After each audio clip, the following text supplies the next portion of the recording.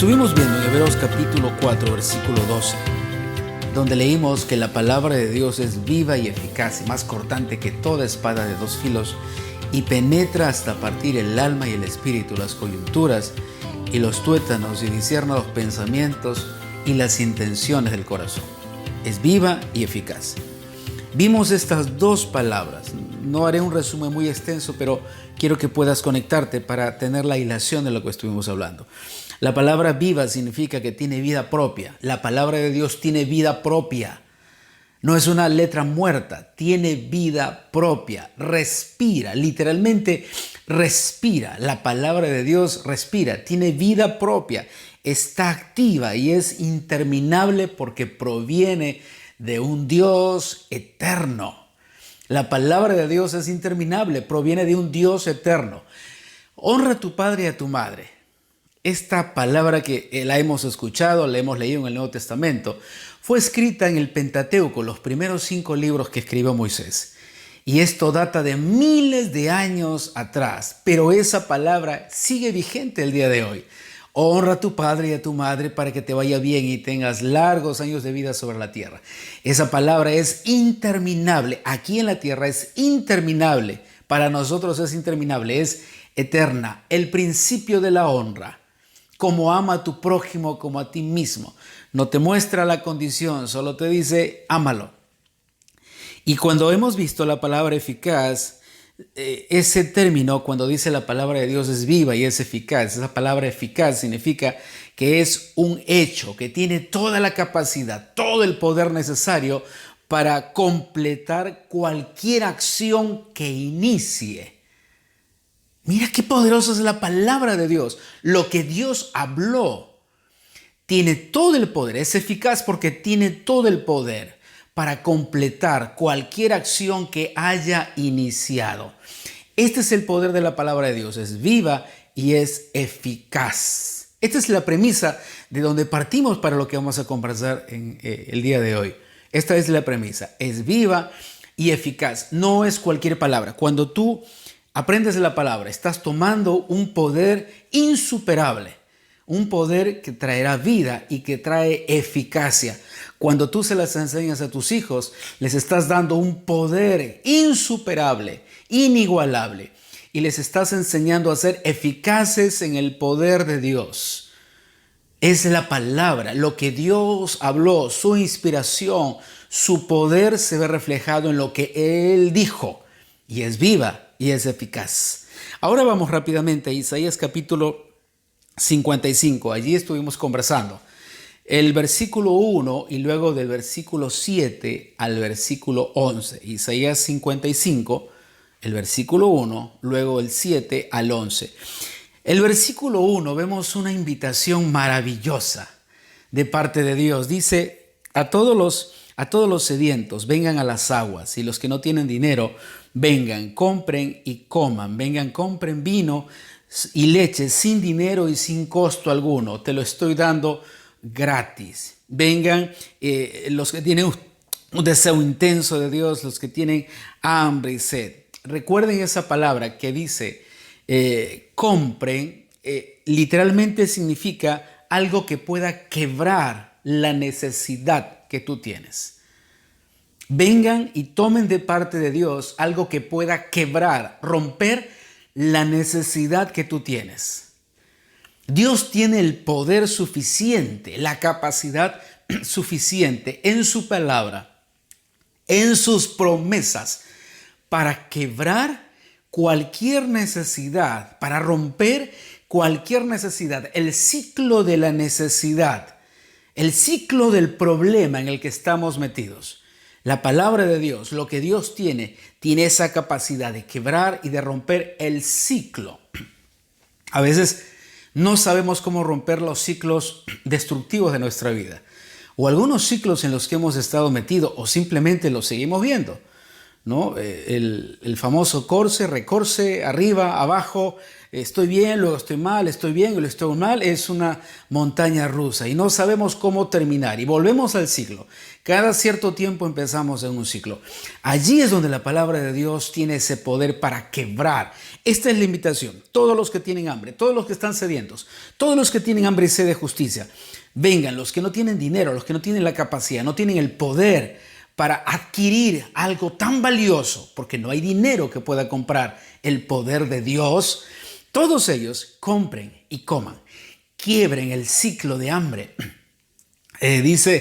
Compren vino y leche sin dinero y sin costo alguno. Rompe el ciclo de tu necesidad con la palabra de Dios. Rompe el ciclo de tu necesidad con la palabra de Dios. El decir siempre tengo necesidad en un área es que no has roto ese ciclo. Intentamos quebrar los ciclos destructivos de necesidad, de tristeza, de hambre, de melancolía, cualquier ciclo que pueda causar un daño. Y no solo un daño a tu vida, un daño colateral, a los tuyos, a tus hijos, a los que te aman.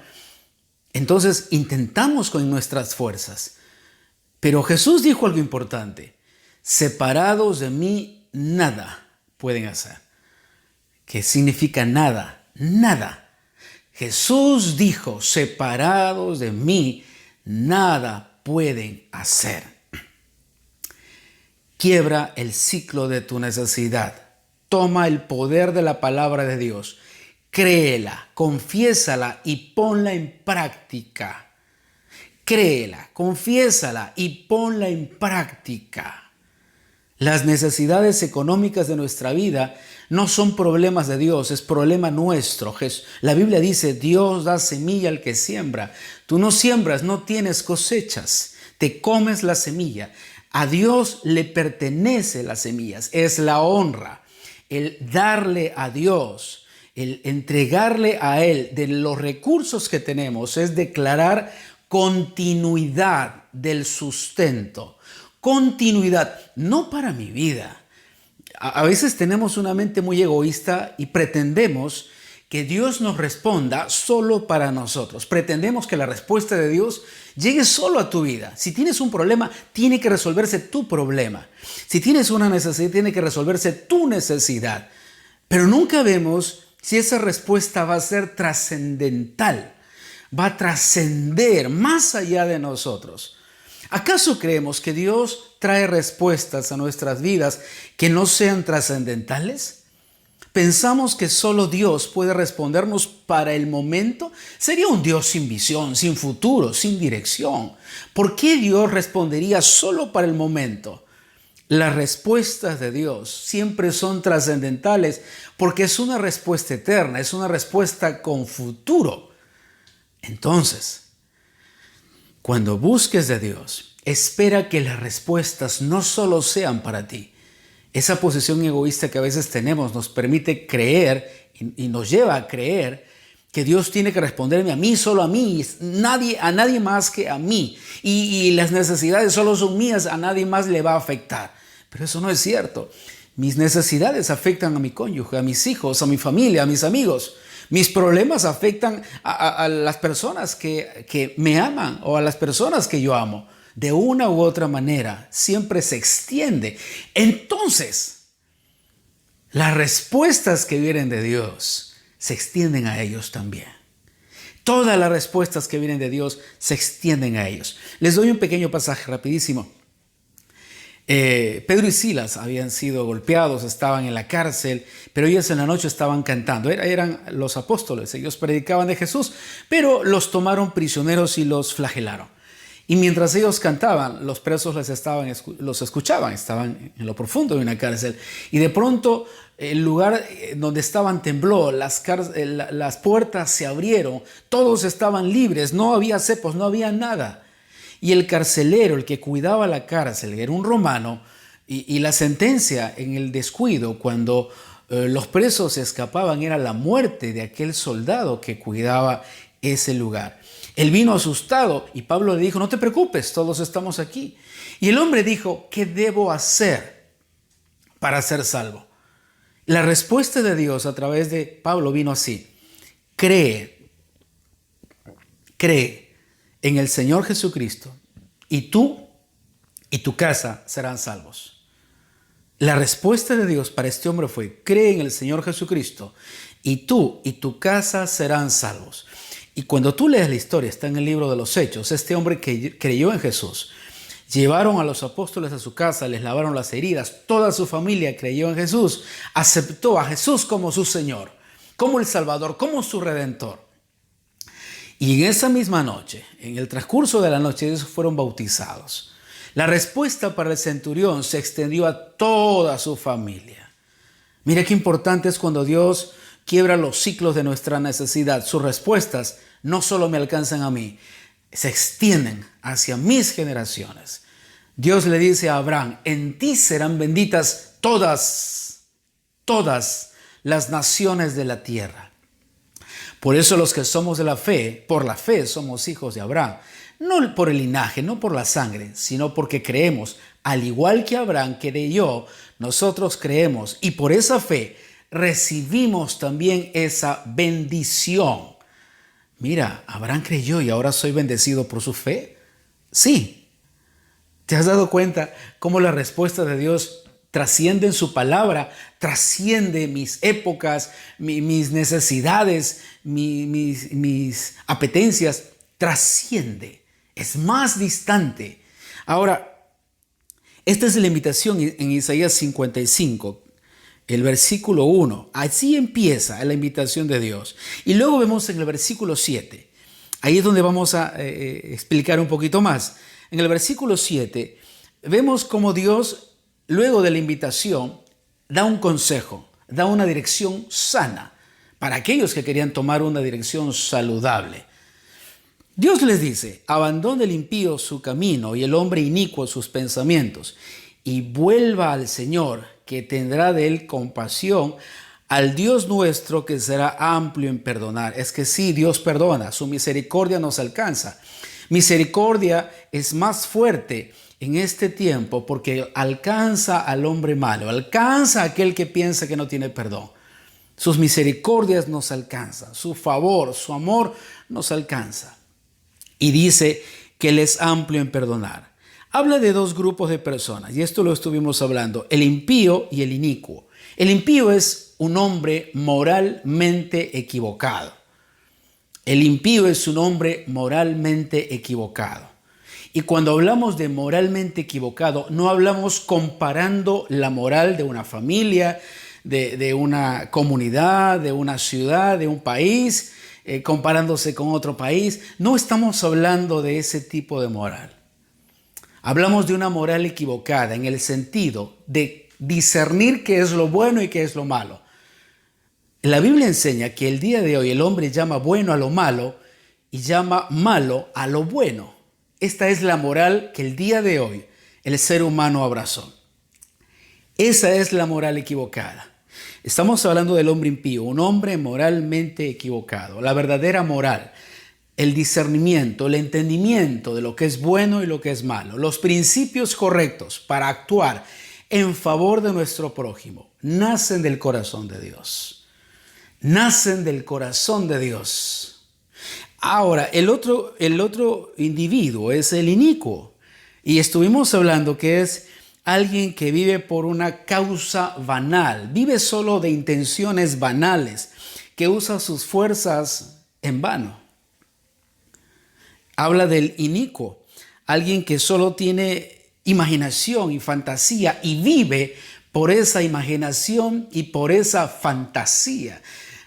No se imaginan, el día de hoy estamos llenos y saturados de imaginación, de fantasía, de sueños, de ideales tan utópicos, pero tan hermosos cuando uno los cree y cuando uno va en pos de esa utopía. Claro, evidentemente es correr tras el viento, porque nunca será realidad, ni en este tiempo ni en el que viene, porque es imaginación, es fantasía.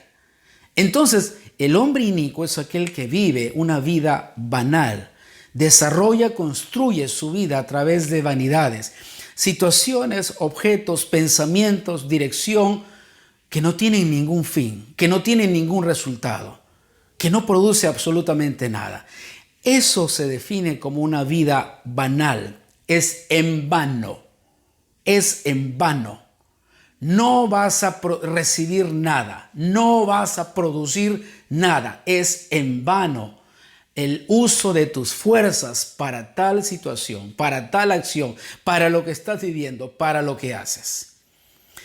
Y esta vida banal es la que a muchos de nosotros nos afecta el día de hoy. El mundo tiene una vida completamente banal, peleando por causas que tú dirías son tan descabelladas, pero ellos consideran que es correcta esa causa y pelean por sus causas, por la imaginación, por construir, por desarrollar, por establecer nuevas costumbres, nueva identidad, nueva personalidad, nuevos cambios, mejorando lo que Dios ya dijo que era bueno y en gran manera, tratando de mejorar la construcción del hombre y de la mujer.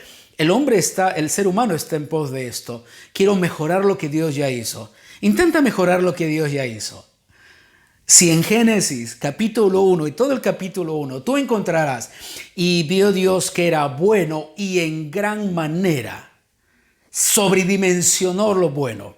Intenta superar a Dios. Intentemos superar a Dios. Es imposible. Es imposible. Somos una burda copia. Somos una burda copia intentando ser como Dios, determinando quién vive, quién muere, quién tiene un beneficio, quién tiene algo malo, a quién juzgamos, a quién no juzgamos, quién va a la cárcel, quién no va a la cárcel. Damos sentencia como si fuésemos plenipotenciarios y personas que no tienen que ser juzgadas absolutamente por nadie. Y el ser humano establece que su ley, determinándose en alguna nación, en alguna región, que su ley es superior a cualquier otra ley. Tan equivocado no puede estar. Ninguna ley creada en este mundo por ningún hombre es superior a la ley de Dios. Ninguna ley sobrepasa la ley de Dios. Esto es lo hermoso, el saber que tenemos un Dios perfecto, cuyas leyes son perfectas y son eternas. Este es el hombre inicuo. Y ahora, esta dirección, este consejo de Dios, cuando le dice abandone el impío su camino y el hombre inicuo sus pensamientos y vuélvase, hay una razón. Dios les da esta dirección, pero por una razón. Y aquí es donde quiero que veas el versículo 8. ¿Cuál es la razón? Y aquí te da la razón del por qué el hombre inicuo y el hombre impío deben dejar sus caminos y sus pensamientos. Versículo 8. Esta es la razón. Porque mis pensamientos no son tus pensamientos. Déjalo. Dios dice, mis pensamientos no son tus pensamientos. Ni tus caminos, mis caminos, declara el Señor. Pues así como los cielos están más altos que la tierra, así mis caminos están más altos que sus caminos y mis pensamientos más altos que sus pensamientos. Esa es la razón. Dios le dice al hombre impío y al hombre inicuo, deja esos caminos, deja esos pensamientos, porque lo que yo soy es mucho más alto que lo que tú intentas ser. Mi poder, mis declaraciones, mi palabra es superior a tus declaraciones y a tus palabras. Tus palabras solamente se limitan en un ámbito natural y son imperfectas. Mis palabras son perfectas. Es una palabra superior que puede transformar no el exterior del hombre. Esto puede ser muy fácil. Te lo pongo de esta manera, y no el exterior del hombre. Jesús estaba en la casa de Pedro. Había mucha gente. Bueno, era la casa de la suegra de Pedro. Había mucha gente, Jesús estaba enseñando. De pronto, unos amigos traen un paralítico, abren un forado por el techo y bajan al paralítico en medio de la reunión donde estaba Jesús. Claro, había tanta gente que no había manera de meter al paralítico. Y cuando Jesús lo mira, lo primero que hace con el hombre es, lo mira y le dice, tus pecados te son perdonados. Esto fue un escándalo. Era un escándalo. ¿Qué le pasó a Jesús? ¿Qué le pasó? ¿Por qué perdonó sus pecados? Si este hombre es un paralítico, ¿qué le importa si tiene perdón de pecados o no? Lo que le interesa a este paralítico es levantarse y caminar. Había murmuraciones, había críticas, quizás hasta desprecio. ¿Qué se ha creído este Jesús que viene a darle al hombre un perdón de pecados, que no tiene ojos para mirar? ¿No sabe lo que realmente necesita? Es que el hombre siempre mira lo que tiene delante, pero Dios mira el corazón. Ay, siempre nos equivocamos, ¿no? Es que parece buen hombre y te unes a esta persona. Es que parece una buena mujer y te unes a esta mujer. No, es que esto parece bueno y tomas aquello que parece bueno. El hombre mira lo que tiene delante, pero Dios mira el corazón. Regresamos a la historia. Después del escándalo que Jesús dice, tus pecados te son perdonados, le pregunta a la gente, los mira y dice, ¿qué es más fácil decir? ¿Tus pecados te son perdonados? O levántate y anda. Y yo te pregunto a ti, ¿qué era más fácil decir para Jesús? ¿Tus pecados te son perdonados? O levántate y anda. ¿Cuál sería tu respuesta? En ese tiempo habría muchos brujos, hechiceros, se practicaba el espiritismo, había ciertos curanderos que podían traer sanidad física a muchas personas. Recuérdate en el tiempo cuando Moisés iba a sacar al pueblo de Israel de Egipto. Moisés tira su vara, se convierte en una serpiente. Vienen los hechiceros, tiran una vara y también se convierten en serpientes. Satanás tratando de igualar el poder de Dios. Pero la pregunta es esta, ¿qué es más fácil decirte? ¿Tus pecados te son perdonados? O levántate y anda. Tratar con el cuerpo, traer un beneficio exterior, puede resultar más sencillo para muchas personas. Hoy la ciencia puede traer de repente sanidad, puede traer algún paliativo, puede tal vez arreglar tu cuerpo físico de una u otra manera. Hoy tenemos muchas alternativas, en ese tiempo las había. Hoy tenemos muchas más alternativas para beneficiar tu cuerpo, traer salud, poder regenerar, colocar alguna prótesis que tal vez necesites. Que era más fácil entonces decir, tus pecados te son perdonados o levántate y anda. Realmente, levántate y anda era mucho más sencillo de decir. Muchos lo podían hacer, hoy muchos tal vez lo harían. Pero nadie podía perdonar pecados. Nadie podía perdonar pecados. Solo Dios perdona los pecados. Esa era la gran diferencia. ¿Qué era más fácil decir? ¿Tus pecados te son perdonados o levántate y anda? Claro, para todos este hombre necesitaba levantarse porque era un paralítico. Qué malo Jesús, ¿verdad? Es así como cuando nosotros pedimos una respuesta y Dios nos da algo que necesitamos, pero no lo que queremos. Y te molestas con Dios y dices, Dios, pero no te das cuenta lo que yo necesito. No lo necesitas. Tú lo quieres. Lo que Dios te da realmente es lo que necesitas. Eso es lo maravilloso de estar conectados con un Dios de amor que conoce el corazón del hombre. Mira el corazón del hombre. Es más, ni siquiera el corazón, dice la intención de tu corazón, la intención de tus pensamientos. Dios conoce la intención. Jesús le perdonó los pecados. Es así como vemos cuando Dios le dice a estos dos grupos, al inicuo y al impío, deja, tú no piensas como yo, tú no miras como yo, tú no estás hablando lo que yo quisiera realmente hablar. Deja de una vez, porque esos caminos te están llevando a traer confesiones de pobreza, a traer confesiones de maldición, a traer confesiones que denigran tu vida, denigran la tierra en donde te encuentras. La Biblia dice en Santiago que nuestras palabras son afectadas por el infierno y cambian la rueda de la creación, afectan la rueda de la creación. Dice, son inflamadas, tienen influencia de la oscuridad y al declararla afectamos la rueda de la creación. Y Dios le dice a estos dos grupos, déjalo. ¿Por qué? Te doy la razón. Mis pensamientos no son los tuyos. La forma en la que yo hablo no es la manera en la que tú hablas.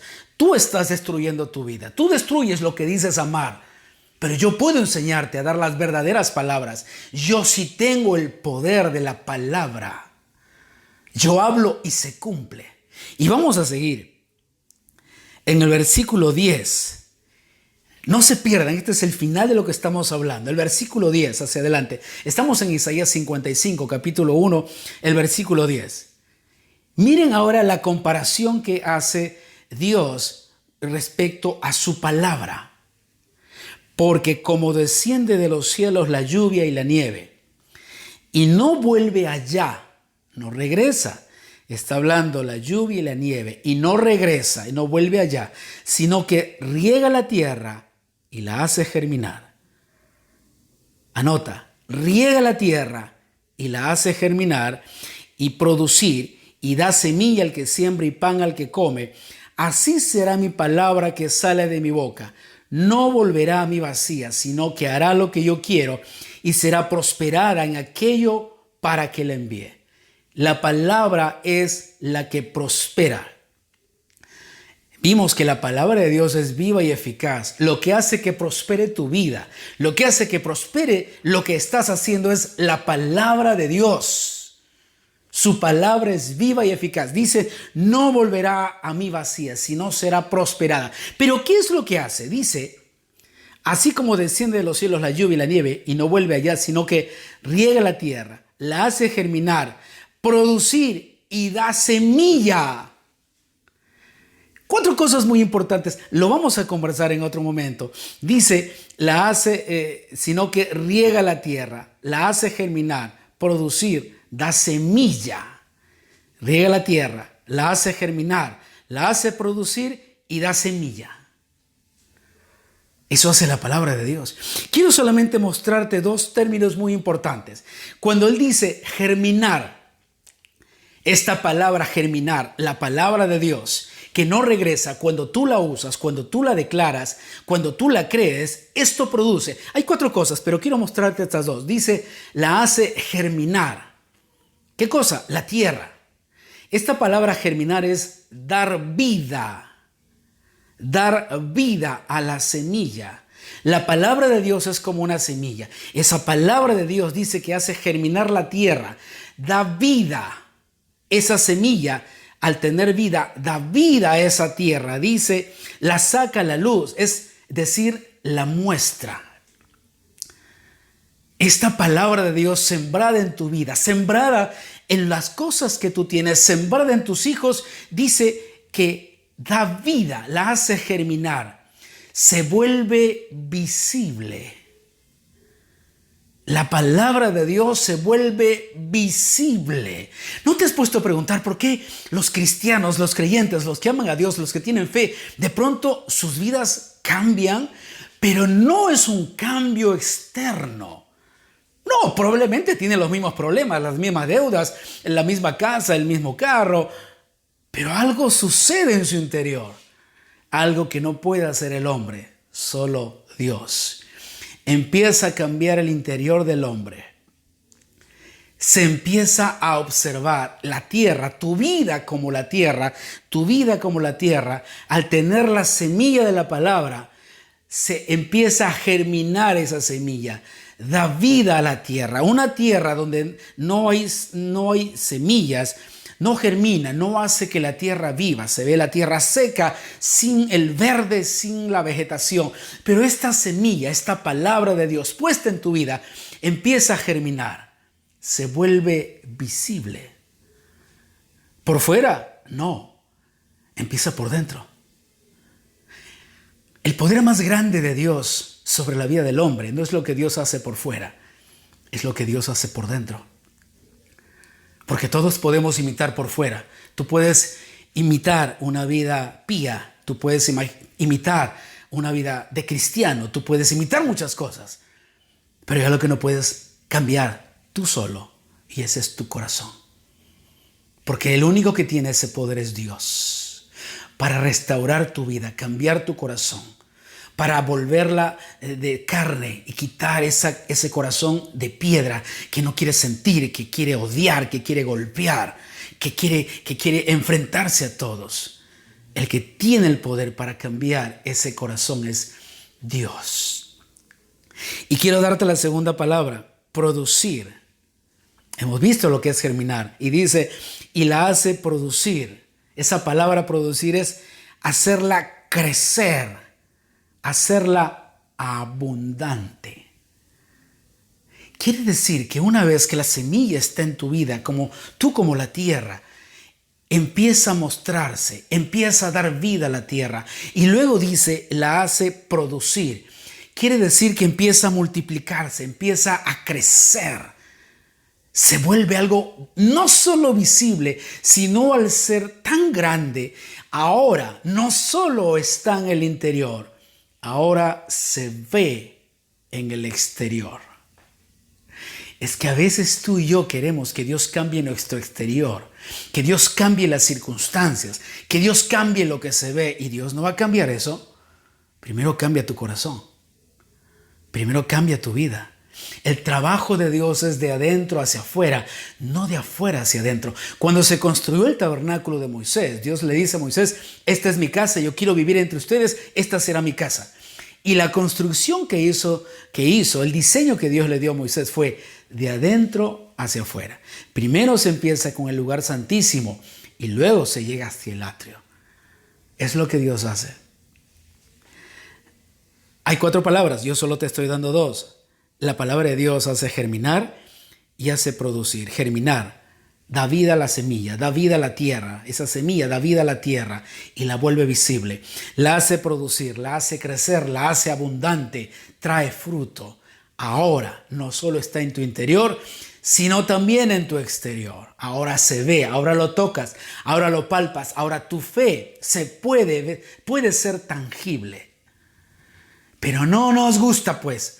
Yo quiero lo que quiero. Primero quiero que Dios arregle mi entorno y después ya que Dios se encargue de mi corazón. Después yo buscaré de Dios. Pero Dios tiene que arreglar mi entorno.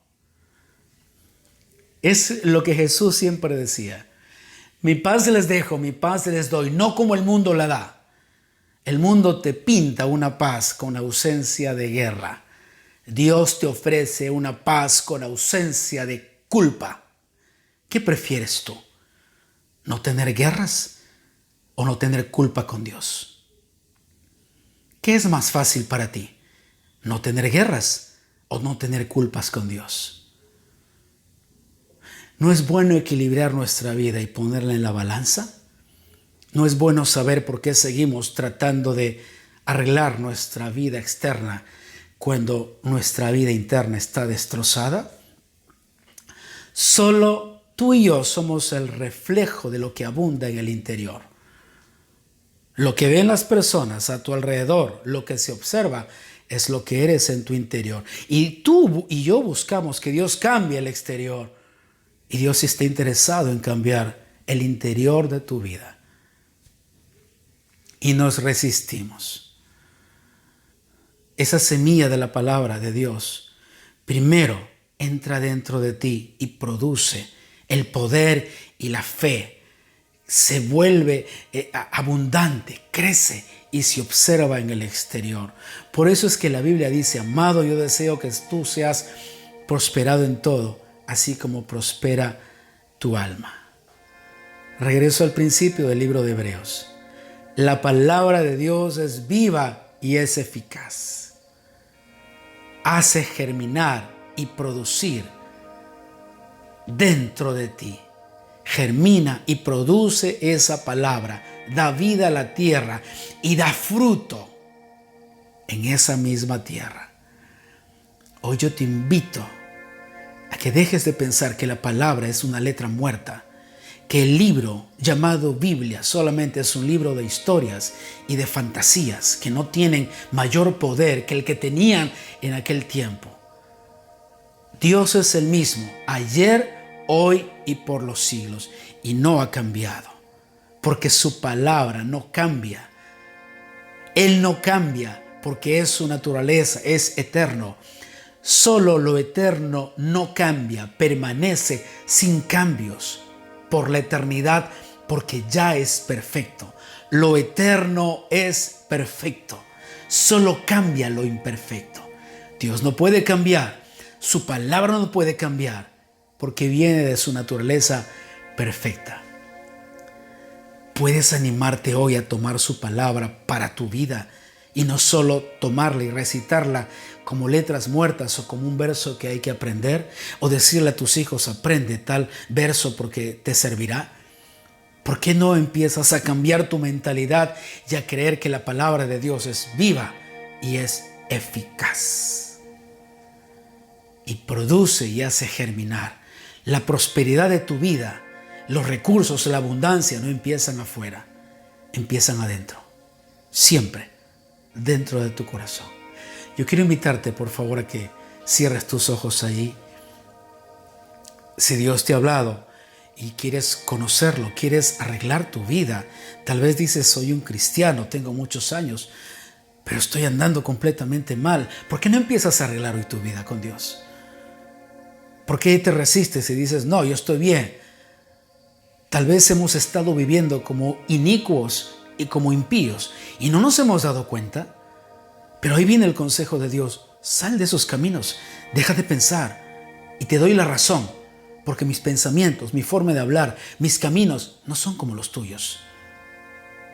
Los nuestros producen muerte y los de Dios producen vida. Cierra tus ojos, quiero guiarte en una oración. Si es que deseas tomar este tiempo para acercarte a Dios una vez más, repite después de mí: Señor Jesús, yo te pido perdón porque yo pertenezco a uno de estos dos grupos. He estado equivocado. De oídas te había oído. Pero hoy quiero una relación real contigo, una verdadera relación. Perdóname. Perdona mis rebeliones. Perdona la dureza de mi corazón. Perdona porque siempre te doy la espalda. Perdona porque reclamo que me des lo que yo quiero, pero nunca pienso en que tú siempre me darás lo que necesito. Perdona porque creo que las necesidades primarias y las que yo veo son las que necesito, pero no me di cuenta que lo primero que tú deseas es sanar mi vida. Es sanar mi vida. Yo te acepto como mi Señor y te permito que sanes mi vida, que quites todo dolor, todo resentimiento, toda ira, todo enojo, que quites toda aflicción. Sana mi vida, sana mi corazón. Yo te pido perdón por haberte dado la espalda. Recibo tu gracia y recibo tu perdón en el nombre de Jesús. Amén. Déjame orar por ti, por favor, Señor. Yo oro por cada persona que hizo esta oración. Toca, Espíritu Santo, sus vidas. Que esta palabra llegue hasta ellos. Que los transforme desde adentro hacia afuera. Que ellos puedan ser sembradores de semillas de verdad, de semillas de poder, de tu palabra, Señor. Que ellos puedan prosperar con tu palabra. Tu palabra es la que prospera nuestras vidas. Que ellos puedan ser prosperados a través de tu palabra. Que sean prosperados a través de tus dichos. Yo te doy las gracias por cada uno de ellos de manera particular, porque tú los conoces, sean niños, adolescentes, jóvenes o adultos. Tú los conoces y yo sé que tú estás tocando sus vidas. Te doy las gracias en el nombre de Jesús. Amén.